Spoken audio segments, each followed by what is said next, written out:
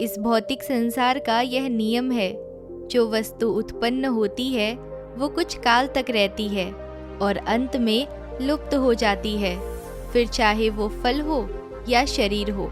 किसी का भला ना हो सके तो बुरा भी मत करना, क्योंकि दुनिया कमज़ोर है लेकिन दुनिया बनाने वाला नहीं। कभी कभी जीवन में आगे बढ़ने के लिए उन चीज़ों और व्यक्तियों को भी त्यागना पड़ता है जो कभी तुम्हारे हृदय की गहराइयों में विलीन थे। जो हम दूसरों को देते हैं वही हमें वापस मिलता है, फिर चाहे वो सम्मान हो या धोखा। कोई कुछ भी बोले, स्वयं को शांत रखो। धूप कितनी भी तेज हो, समुद्र सूखा नहीं करते।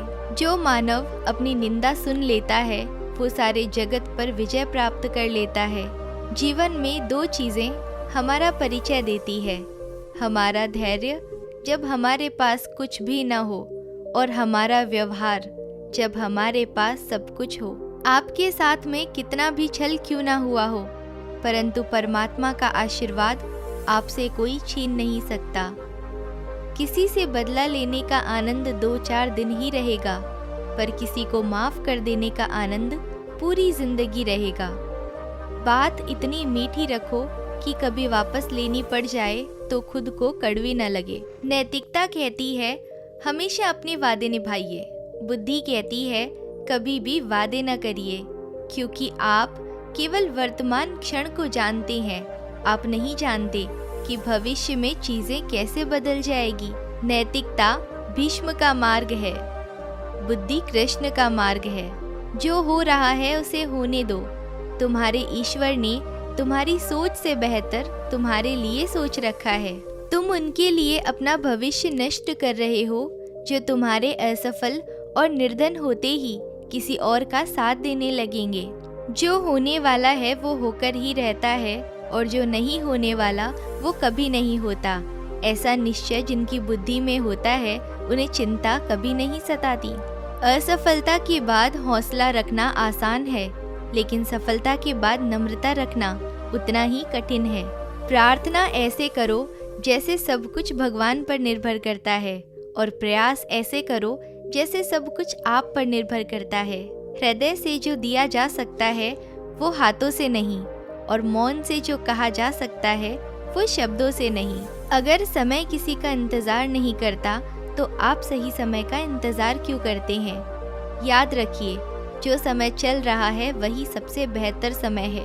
इंसान हमेशा अपने भाग्य को कोसता है, ये जानते हुए भी कि भाग्य से भी ऊंचा उसका कर्म है, जो उसके स्वयं के हाथों में है।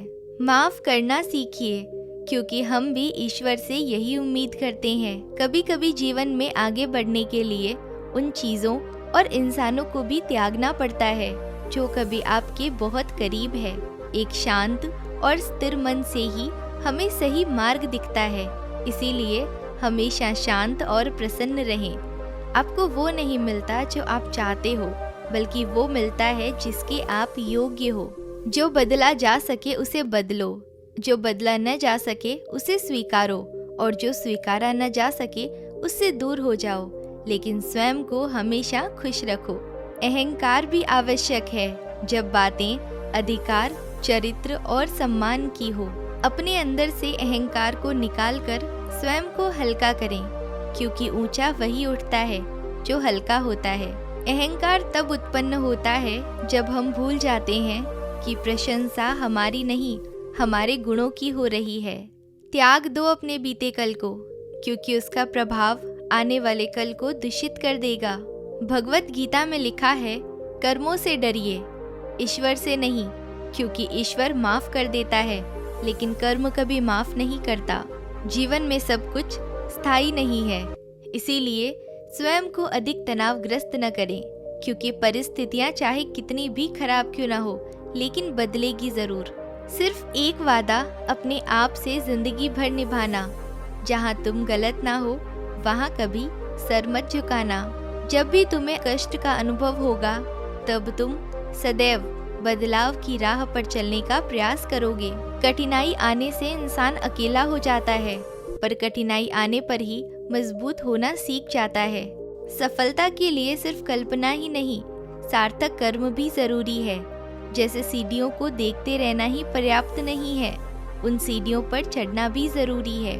जीवन में जब भी हम खराब दौर से गुजरते हैं, तब मन में ये विचार जरूर आता है कि भगवान मेरी परेशानी देखता क्यों नहीं है, मेरे दुख कम क्यों नहीं करता।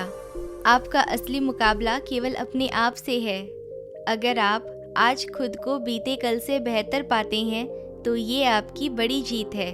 मौन सबसे अच्छा उत्तर है किसी ऐसे व्यक्ति के लिए जो आपके शब्दों को महत्व नहीं देता।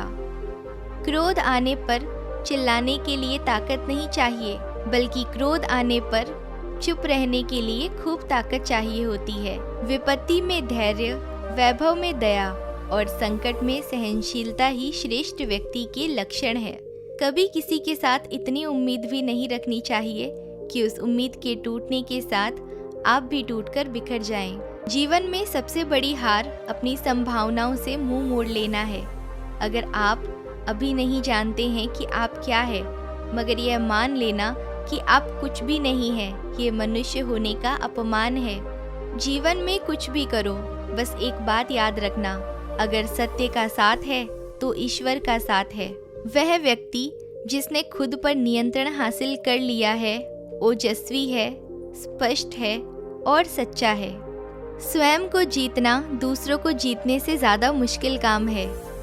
शौर्य मिले या न मिले, अपना श्रेष्ठ देना कभी बंद न करें, क्योंकि आशा चाहे कितनी भी कम हो, लेकिन निराशा से बेहतर होती है। हम सूरज की कद्र उसकी ऊंचाई के कारण नहीं करते, बल्कि उसकी उपयोगिता के कारण करते हैं। इसीलिए व्यक्ति नहीं, व्यक्तित्व महत्वपूर्ण होता है। कर्म वो फसल है जिसे इंसान को हर हाल में काटना ही होगा। इसीलिए हमेशा अच्छे बीज बोएं ताकि फसल अच्छी हो।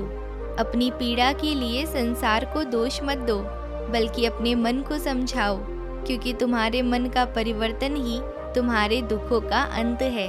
वह जो सभी इच्छाएं त्याग देता है और मैं और मेरा की लालसा और भावना से मुक्त हो जाता है, उसे शांति प्राप्त होती है। जिस प्रकार श्री कृष्ण जी ने अपने ज्ञान से राह भटके अर्जुन को सफलता प्राप्त करवाई थी, उसी प्रकार भगवान श्री कृष्ण आप सभी को अपने जीवन में आगे बढ़ने की राह दिखाएं। यह हमारी कामना है।